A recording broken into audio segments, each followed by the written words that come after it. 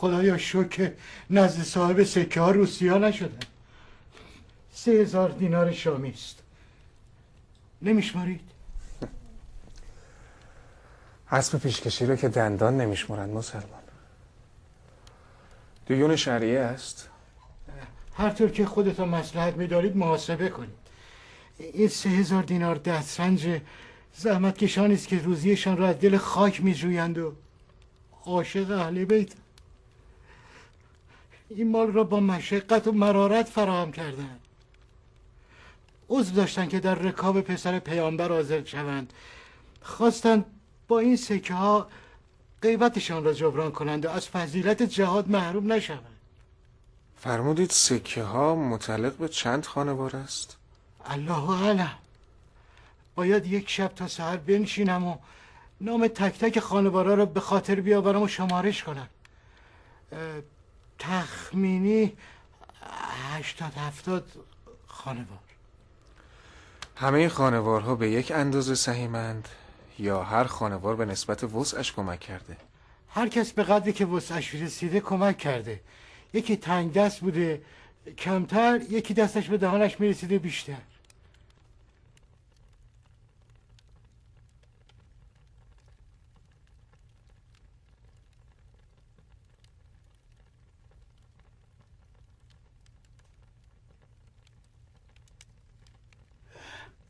قربان سرتان، شک و شبهه‌ای دارید؟ چطور ممکن است احسان یک جماعت 70-80 خانواری که سهم یکسان ندارند درست 3000 دینار شود؟ نه 1 دینار کم، نه 1 دینار بیش. عارضم خدمت سید و سرورم که 168 دینار کم از 3000 داشت که سهم حقیر شد. این مال اندوخته کرده بودم جهت زیارت کعبه. دیدم واجبتر از حج یاری کردن به اهل بیت است. قید حج را زدم و سرراست کردمش 3000. ببخشید که در صدق سخنت شبهه کردم. میخواستم از طهارت این مال مطمئن شدم.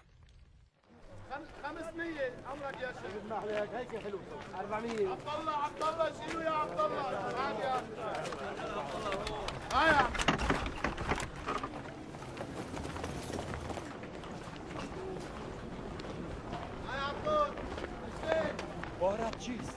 گندم. از کجا خریدی؟ از میدان کناسه. منی چند؟ قیمت خون پدرش. باز هم داشت همه رو فروخت.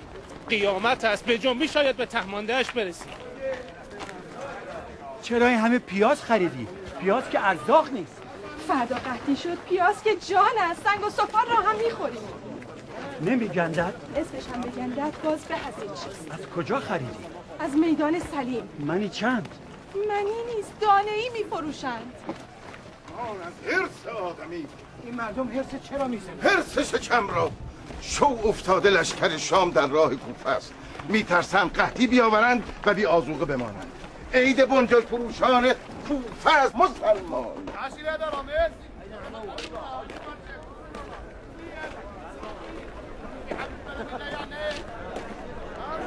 این خلق خدا شاهدن که نوبت منه. نصف روز معطل شدم، از کار و بار افتادم. تو رفتی پی 1000 گندگو، به هر سوراخی سر زده آمده ای میگویی نوبت منه.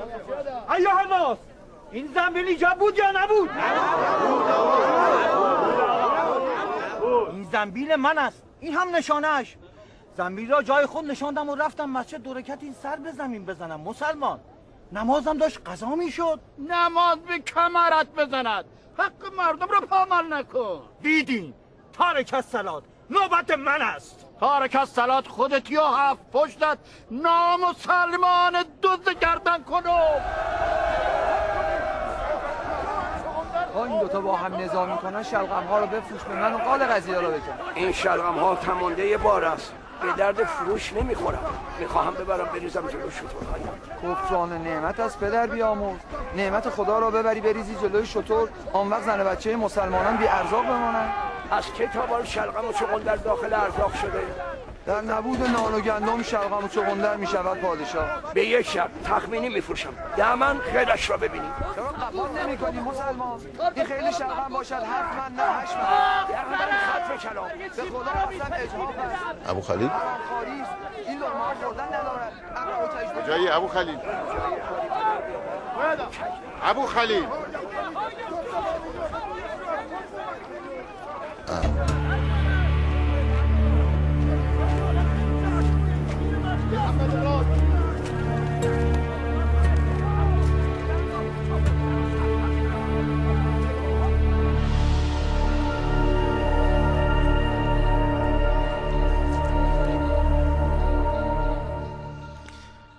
از آمدنت مایوس شده بودم معقل.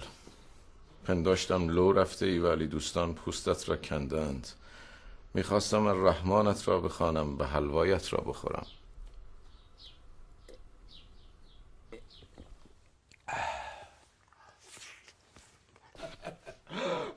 نزدیک بود خرابکاری کنن، بس که ابن عقیل سوال پیچم کرد.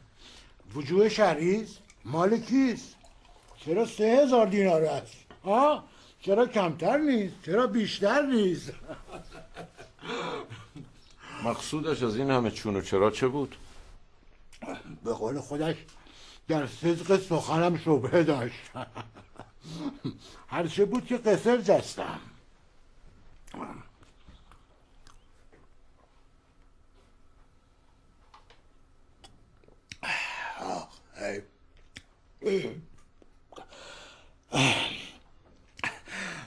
چند روزی بود که غذای سیر نخورده بودم. روزها روزدار بودم و شبها جایت خالی با نماز شب حال میکردم. به قدر نمازهایی که از پدرت و پدرم فوت شده بود نماز خواندم.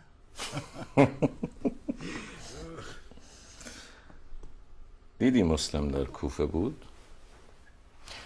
من یقین داشتم که رفتن مسلم از کوفه ترفندی است تا ما دنبال مسلم در کوفه نگردیم. زهی خیال خام که مسلم در خانه هانی است.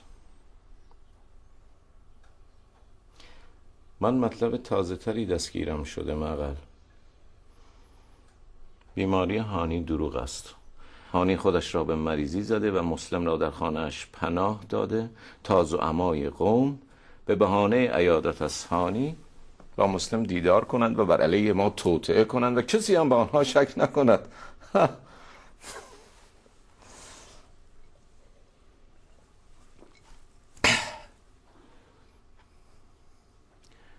بدا به حالت هانی. من عزت و احترام را در حقت تمام کردم. در عوض تو چه کردی؟ خیانت؟ خوب شد. با عیادت از هانی دهان قوم مزهج را چنان بسته ایم که به ما حق میدهند گردن هانی را بشکنیم.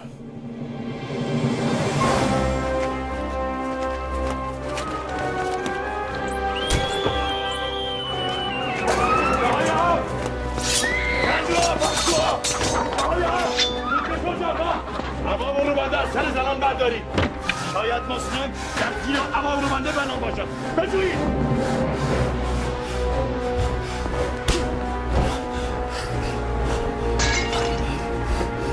برخی شدید. برایت رنگی ندارد. برخی. قوم مزهج را خبر کنید. کار ابن نجانه به جای رسیده است که حتی حرمت مسلمان میکنند. عوام بر سر ناموس مسلمان میزند. در خانه مسلمان میشکرد. هر گنده عربه نیست مگر کوفه را بر سر این نامسلمان خلاف نکنم.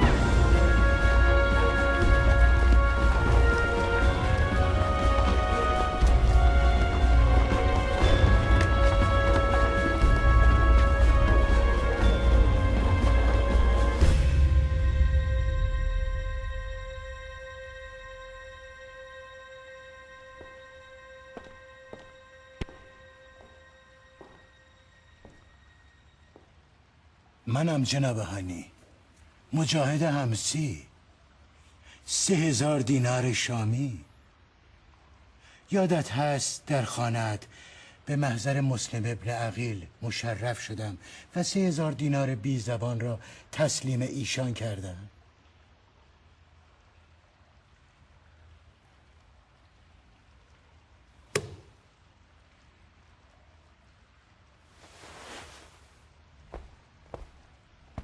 دروغ قبلیت را نشنیده حساب میکنم، به شرط آنکه از این پس صادق باشی. مسلم را کجا پنهان کرده ای؟ از سردسته شرطه های بی غیرتت بپرس که به عبا و روبنده زنان هم رحم نکردم و مسلمی ندید. مسلم در خانه من بود که به چنگ چکمه پوشانت میافتاد. هانی، پدرم زیاد با تو دوستی نزدیکی داشت. کاری نکن که حرمت دوستی پدرم را بشکنم و با زبان زور با تو سخن کنم. مسلم کجاست؟ مسلم چندی مهمان من بود. پیش از آن که سگان غلات شکستت را به جان من و اهل بیتم بیاندازی، مسلم از خانه من رفت. کجا رفت؟ تو یکی از یاران نزدیک اویی، حتما میدانی مسلم کجا رفته. نمیدانی؟ خیر، نمیدانم. کذاب!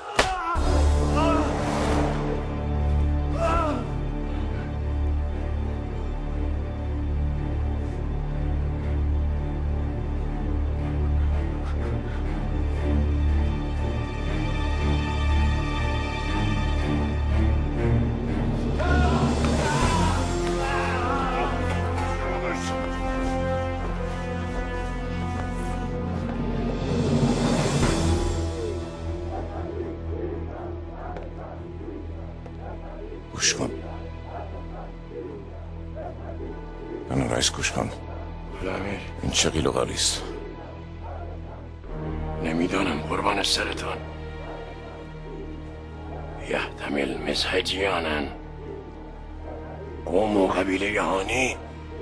مسلم ابن عقیل در حمایت من بوده و هست.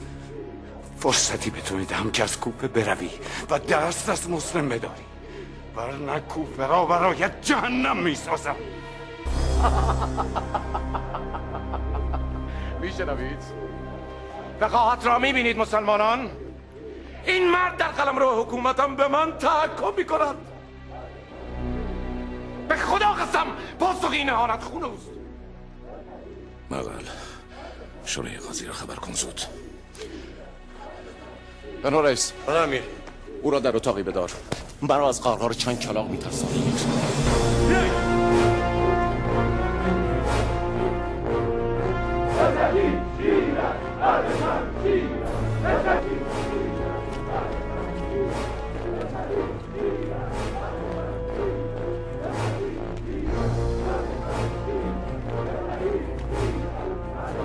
مراقب باشید امیر، خود را به این قوم شرور نشان ندهید، ممکن است تیری بیاندازد. خدایی که از طوفان بترسد هرگز به مقصد نمیرسد.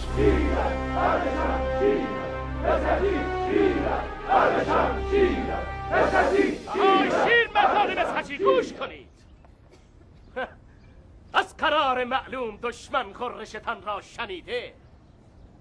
ای برج بارونشینان غاصب، هانی را آزاد میکنید یا دروازه را بشکنیم و کاخ را قبرستانتان کنیم.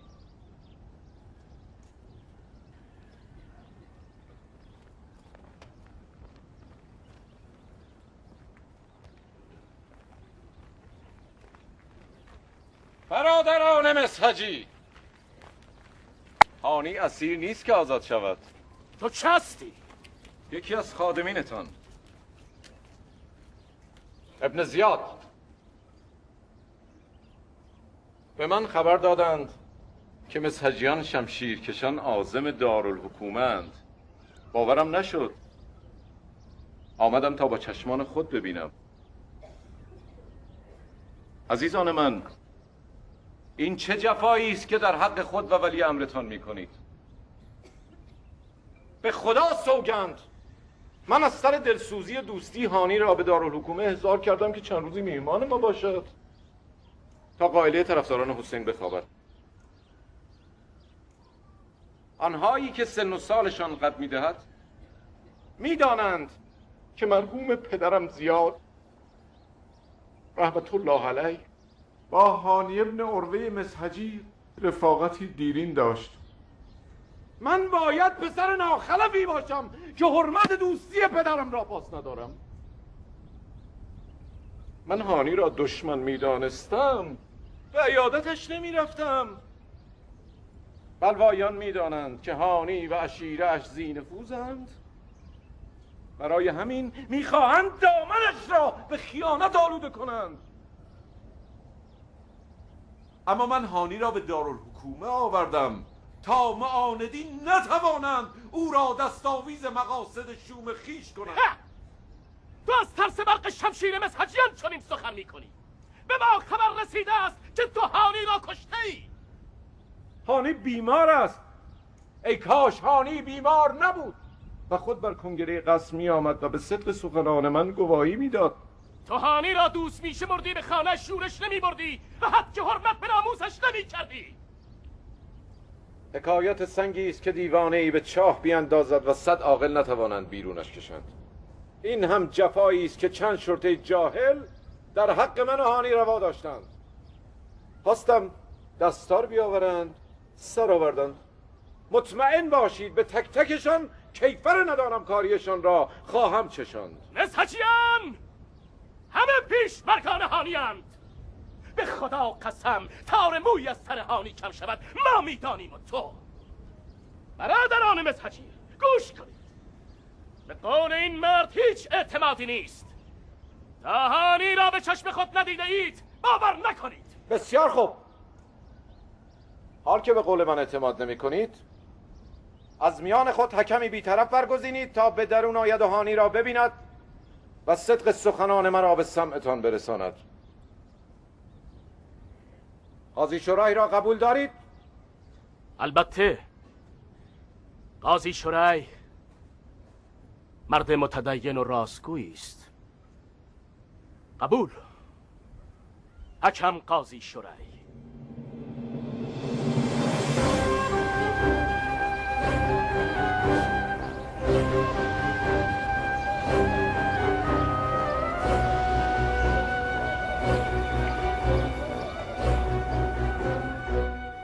دیروز میثم تمار و امروز هانی. حتما فردا هم نوبت من یا یکی از حضرات است.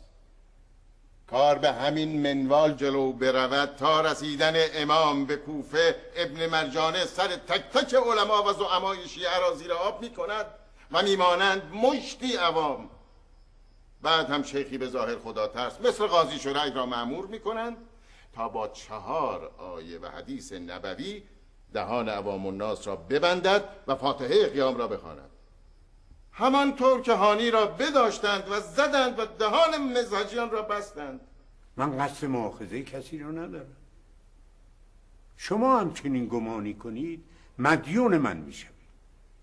چنانچه جناب مسلم ابن اوسجه به نماز شبهای اون مردک متقلب به ظاهر شیعه اعتنا نمی‌کرد و او را به خانه هانی نمی برد، حکایت امروز هانی این نبود.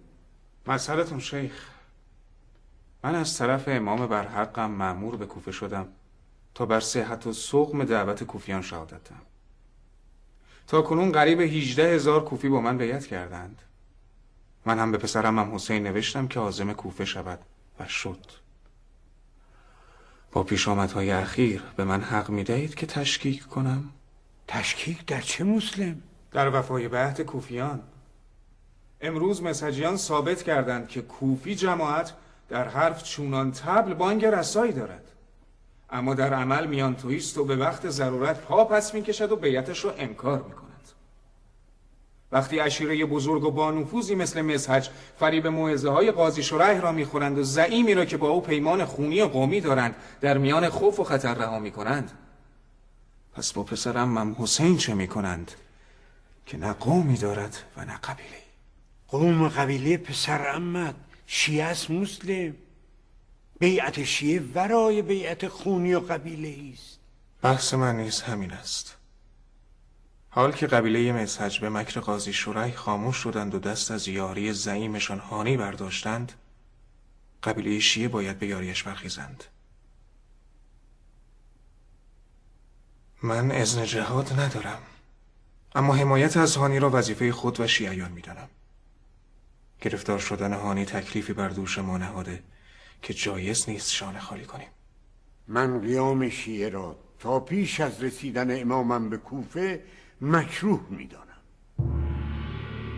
چون ترس دارم دشمن به بهانه این قیام عرصه را بر حسین تنگ کند و همان افتراهای سابق را به خورد عوام الناس بدهد که دیدید جماعت، دیدید حسین دایه حکومت داشت، دیدید حسین سر جنگ داشت و حکومت را میراث حق جدش میدانه.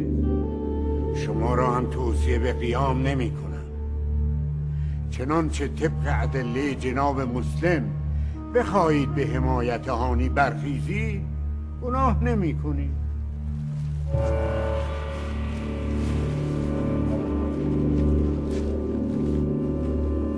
سلیمان کجا؟ میروم یعقوب وار در انتظار یوسفمان بنشینم. حبیب یعنی از هانی حمایت نمی کنی؟ رأی من همان است که شنیدی. من مانع عزمتان نمیشم. اما تو حریف امثال قاضی شرعی، تو نباشی قاضی شرعی با جعل احادیث و اکاذیب و تفسیر نادرست آیات وحی مردم را سست میکنه. ابن زیاد حریفی مثل شریح را دوبار به میدان نمیفرستد. اگر فرستاد چشم میآیم.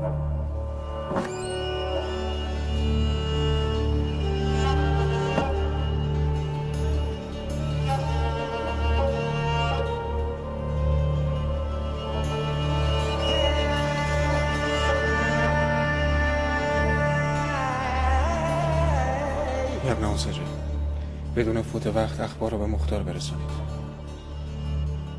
ابن منظوهر، به مسجد بروید و با بانگ یا منصورمت یاران را خبر کنید.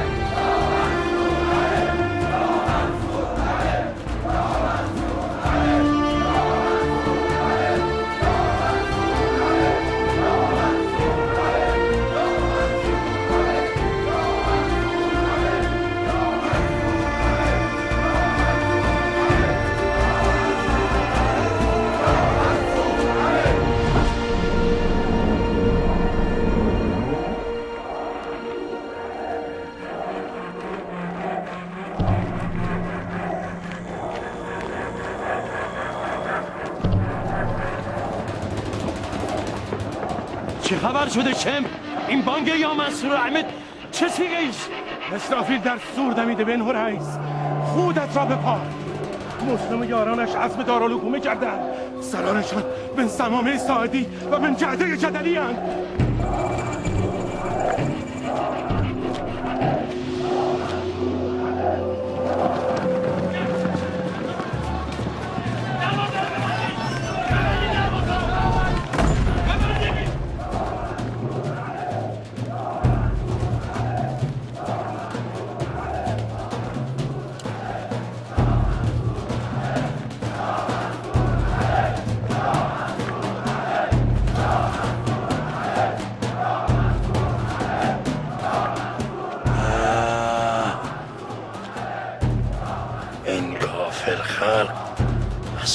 جهنم فرار کرده.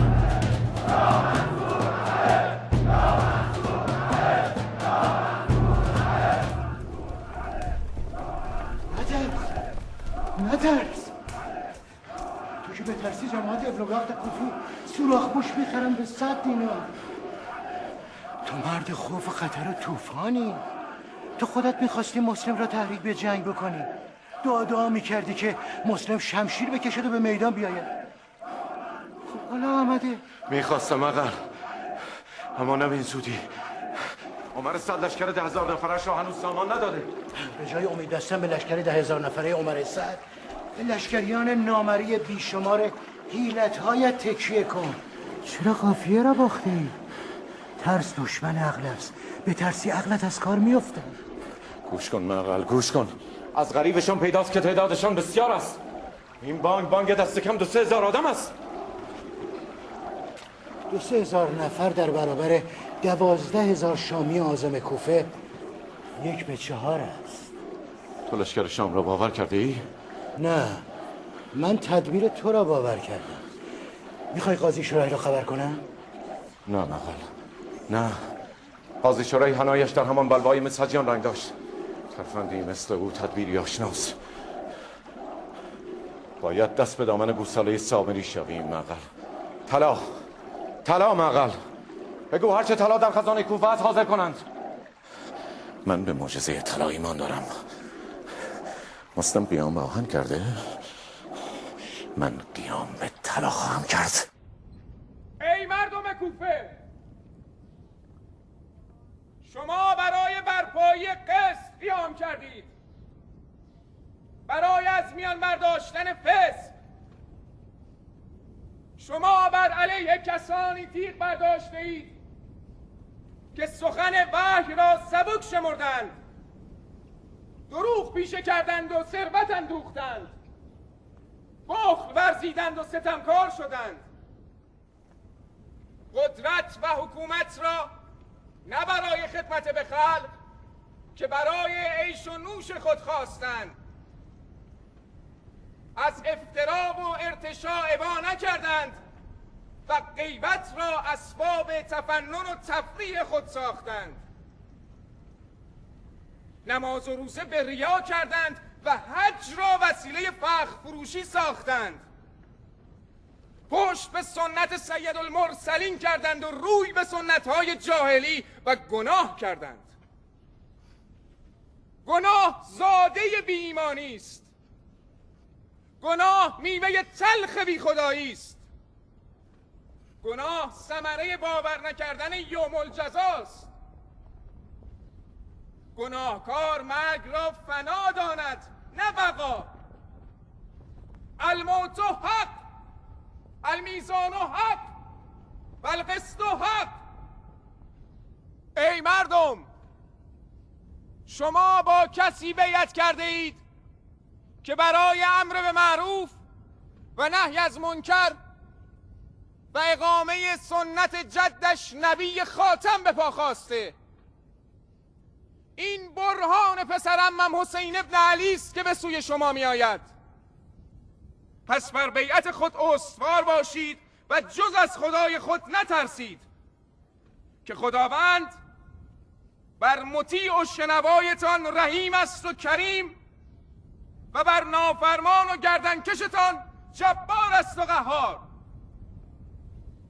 ای مردم کوفه، ما امروز برای حمایت از یارمان هانی برون آمدیم و از کرسی نشین امارت کوفه می‌خواهیم که کرسی امارت وانهد، چرا که زین پس به رأی شما ولایتی بر شما ندارد و بداند که سماجت و ایستادگی در برابر خواست مردم فرجامی جز ذلت و تباهی ندارد.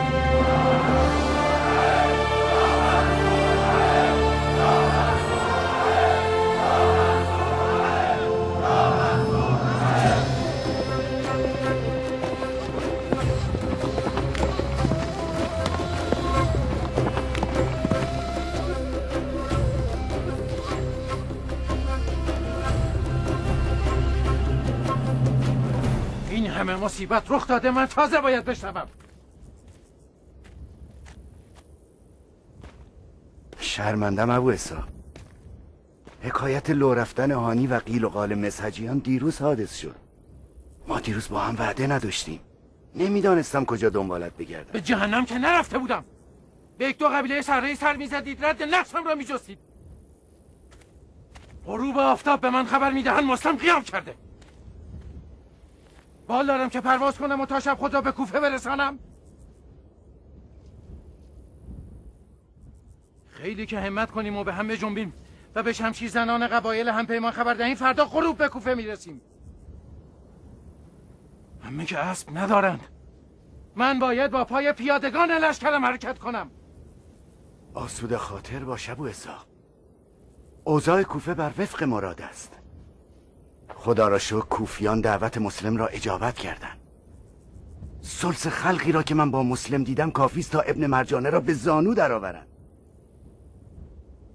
مسلم بیشتر دلش میخواست مختار در کنارش باشد تا از لذت فتح بی نصیب نماند.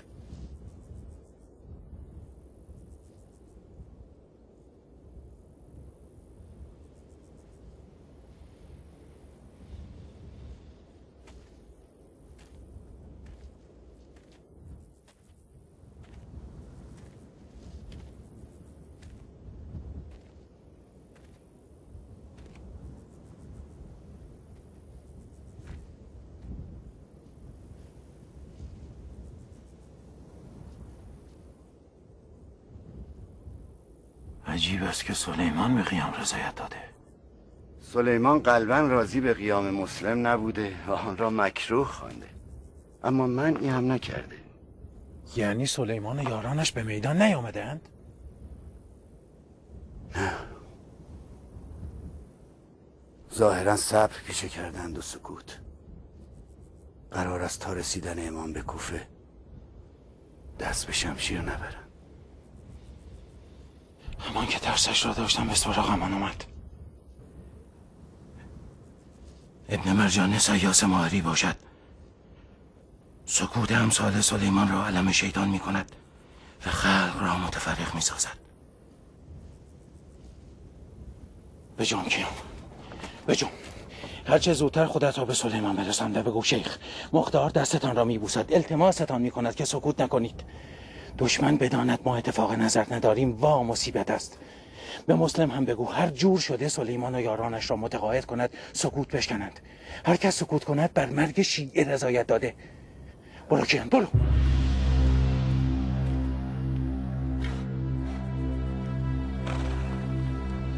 خدا بخواهد تا فردا با لشکریانم در کوفه خواهیم بود با امید دیدار.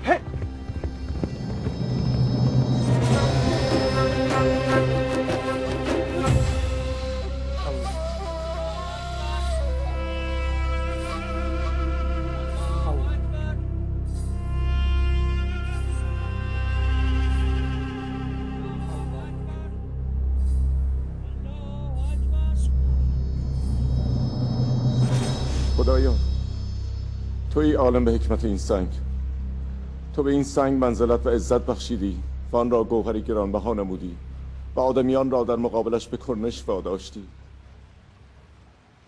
پس به معجزه پنهان در این نشانت تو را قسمت میدهم که آن را اسباب دفع شر کنی و درخششش را مایه بینایی بندگان جاهلت قرار دهی. آمین.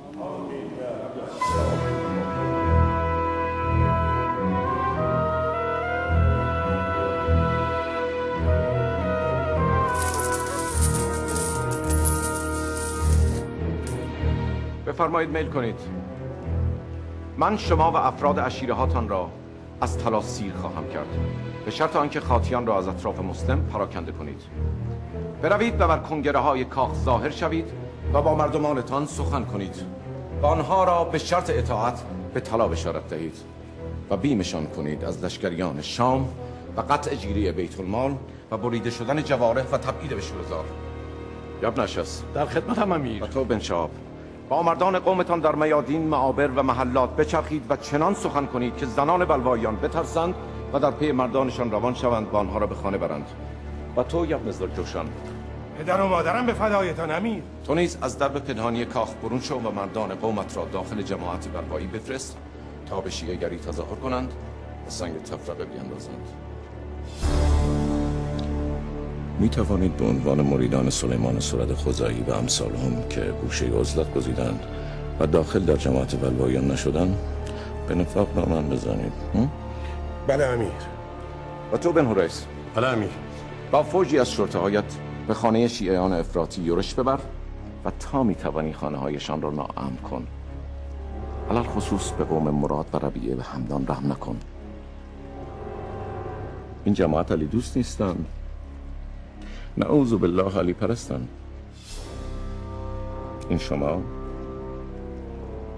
این هم بلوایان و این هم خلا. بسم الله.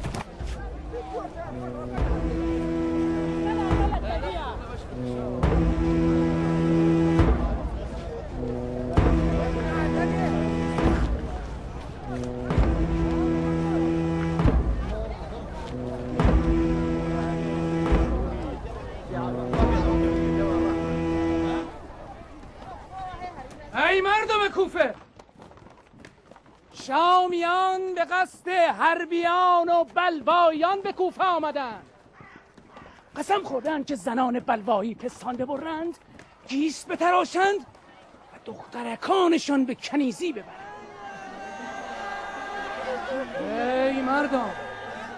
ای مردم کوفه، خلیفه بر کوفه غضب کرده.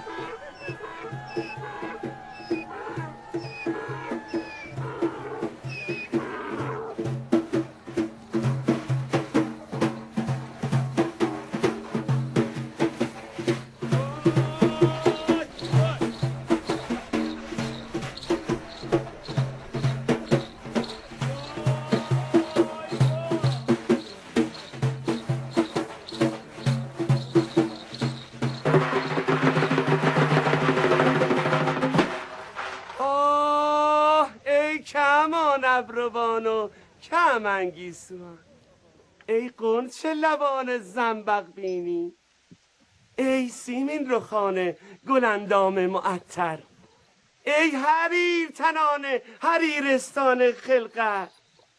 خدا وقتی زن را خلق کرد مبهوت خلقتش شد. آخه حیف شما نیست که در زیر سم ستوران ریشتان کنند. این شوهران کله پوک قلچماقتان را افسار کنید و ببرید پیش امیر سخاوتمند کوفه، شمشیر بدهند و طلا بستانند. بله، شمشیر بده طلا بگیر، شمشیر بده طلا بگیر، شمشیر بده طلا بگیر، شمشیر بده طلا بگیر، شمشیر بده طلا بگیر.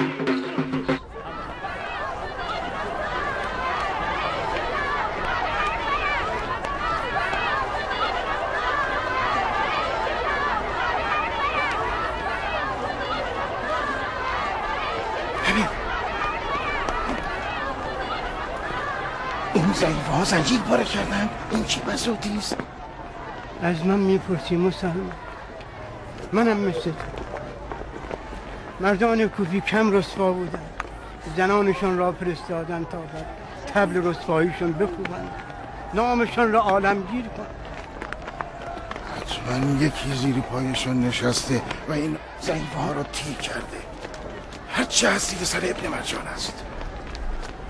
تازه دارم به حرفهای مختار میرسم. ابن اوسکه، این پدر نامت را او خوب میشنه. حیف کسی به تدبیر و اعتنا نکرد. باید معابر را سد کنیم تا نتوانند به مردان نزدیک شوند. لشکر شام یک دروغ مصلحتی است، یک حقه است. میخواهند ما را بترسانند. من خودم قاصدشان را دیدم. مرد میخواهم با اربابهایشان سنگ آتشی بر سر ما ببارند. باید به جای امنی برویم. با هزار امید و آرزو یتیم بچه بزرگ کردم تا نانآورم باشد و عصای دستم. خیرت پیشکش، نمیخواهم داغت به دلم بماند. مادر، گناهش به گردن توست. تو نبودی که یاری دین خدا را در گوشم لالایی میخواندی؟ هنوز هم میخوانم. خب من میخواهم جهاد کنم. جهاد به تو نمیرسد که تنها نانآور خانه ای. همین حاکمتن بسم. شکور هم وزن شمشیرت طلا میدهد. وای خدا در خواب هم نمیدیدم. بیان که قطره خونی از دماغت گید یک عالمه طلا میگیریم. من سینه ریز میخرم. بس طبیبه یواشتر، مردم بشنون میخندن. این چه حرفیست که میزنی؟ خودت قول دادی وقتی به قصر حمله کردید از زنان قصر برایم یک سینه ریز غنیمت میگیری. دیشب وعده کردی نکردی؟ وعده کردم، هنوز که به قصر حمله نکردیم. خب این چه کاریست که جانت را به خطر بیاندازی و بجنگی؟ بی جنگ و دعوا شمشیرت را میدهیم در عوض طلا میگیریم.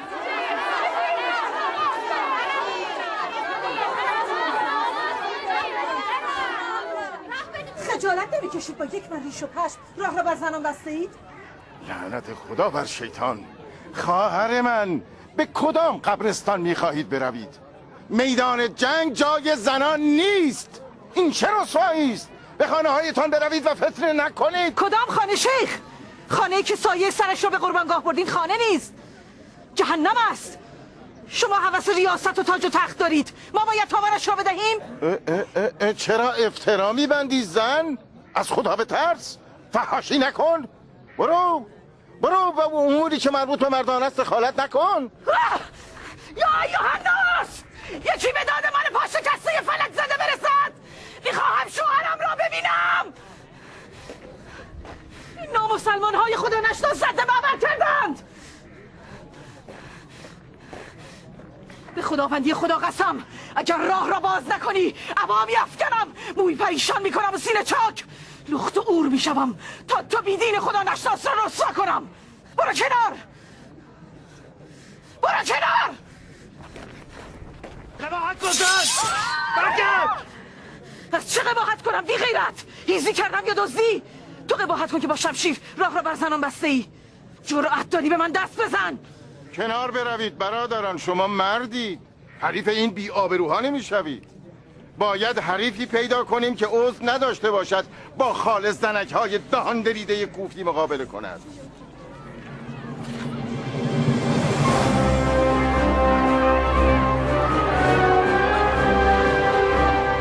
تو را بکشند لشکر یتیمانت چه کنم؟ دست میشه چه کسی دراز کنم تا لقمه خیرات گورت کند؟ گله شطور داری یا نخلستان تا گردن میشه کسا را کش نکنیم. هیاهو نکن زن، آبروداری کن. به دفاع از دین خدا برنخیزم که کشته میشود. تو به دفاع از دین خدا برنخیزی دین خدا از دست میرود. همه خلق از دین خدا حمایت کنند.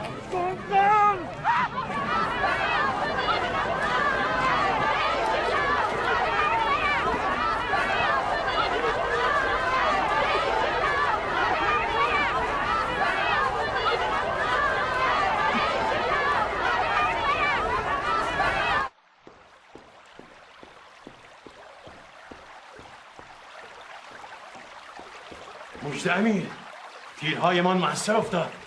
لشکر زنان به مردانشان هجوم کردند. جماعت در حال هزیمتند. ادامه بدهید بنو رئیس، ادامه بدهید. در جنگ شهری نیمی از لشکریان زنانند. برد با کسی است که بتواند زنان را روانه میدان کند.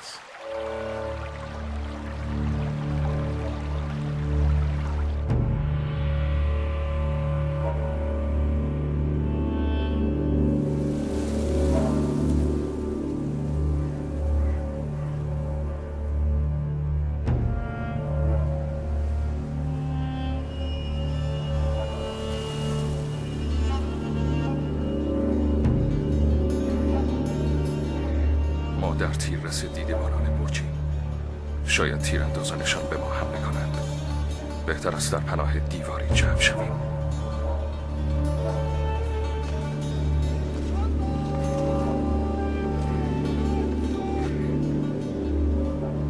گاه مغرب است. به مسجد می رویم برای نماز.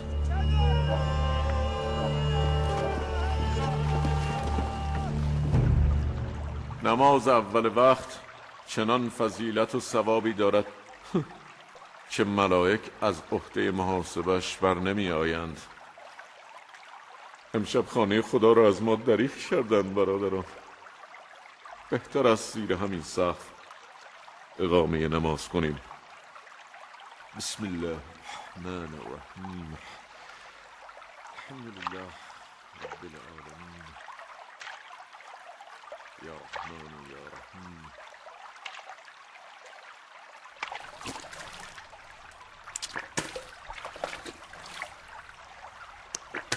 قبله کدام طرف است؟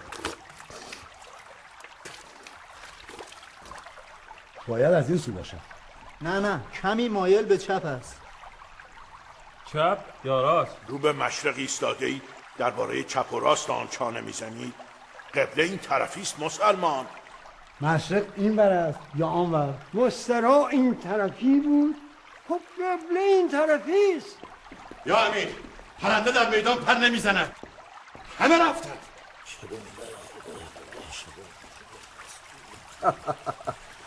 پرنده در هوا پر نمیزند چون هوا تاریک است بنو رئیس. پرندگان به وقت شب پرواز نمی کنند به جز خفاشان و جغدان شوم. این یک عقب نشینی مصلحتی است. درست مثل عقب رفتن کسی که بخواهد از جوی بپرد. بر همه معابر شبگرد و شرطه بگمارید. خواب امشب حرام است. هر کس از خانه برون شد حروری است و خونش حلال. بله امیر. راستی بنو رئیس؟ بله. قبله کدام طرف است؟ قبله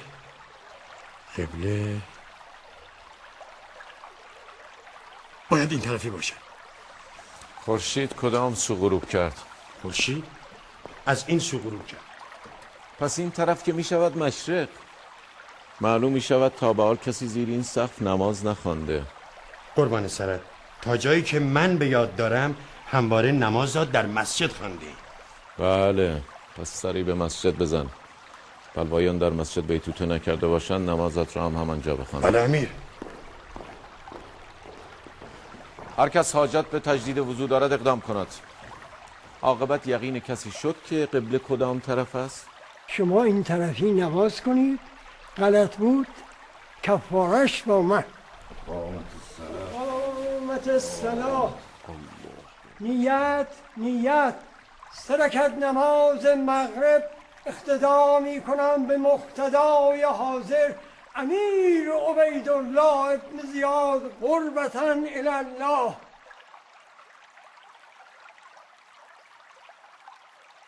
الله اکبر. الله اکبر.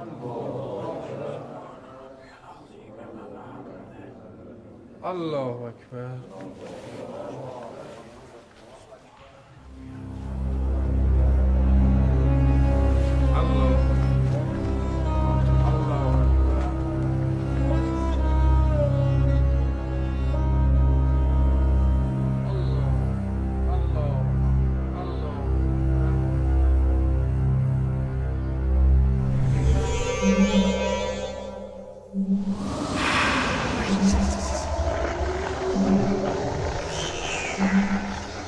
یا اشباه الرجال لا رجال.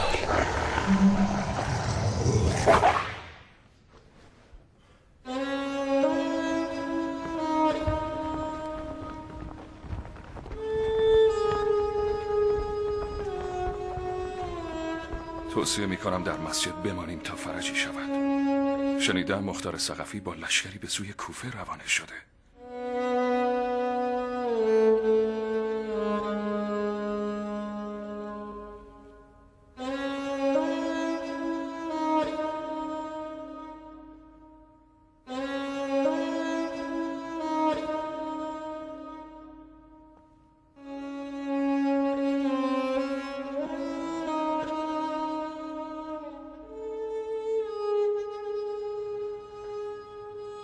در محراب این مسجد محاسن عمویم علی را به خون فرقش خضاب کردند. من از قضای الهی به قدر الهی خواهم گریخت.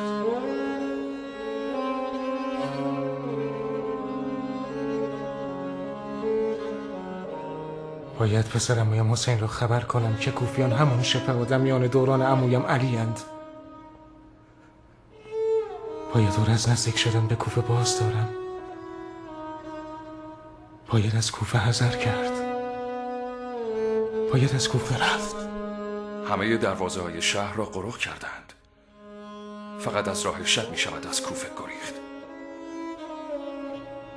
پس به راه شط می رویم.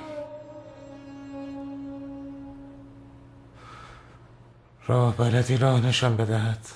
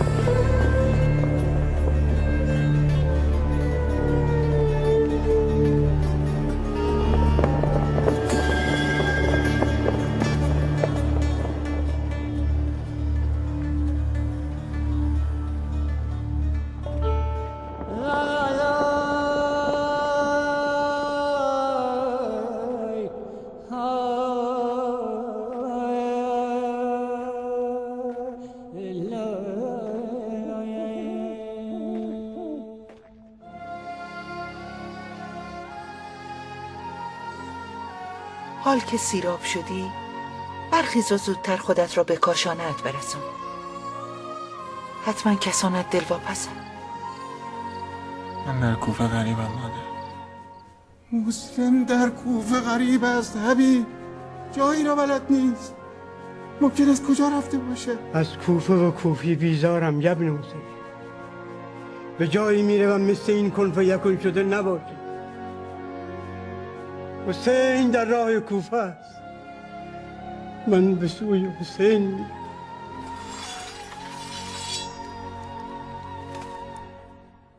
لا حول ولا قوة الا بالله.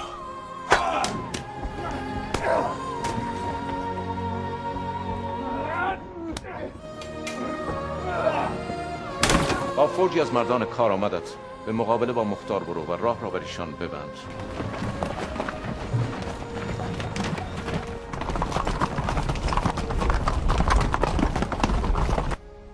من با عشق و عقل شمشیر بستم. برای باختن به میدان نیامدم.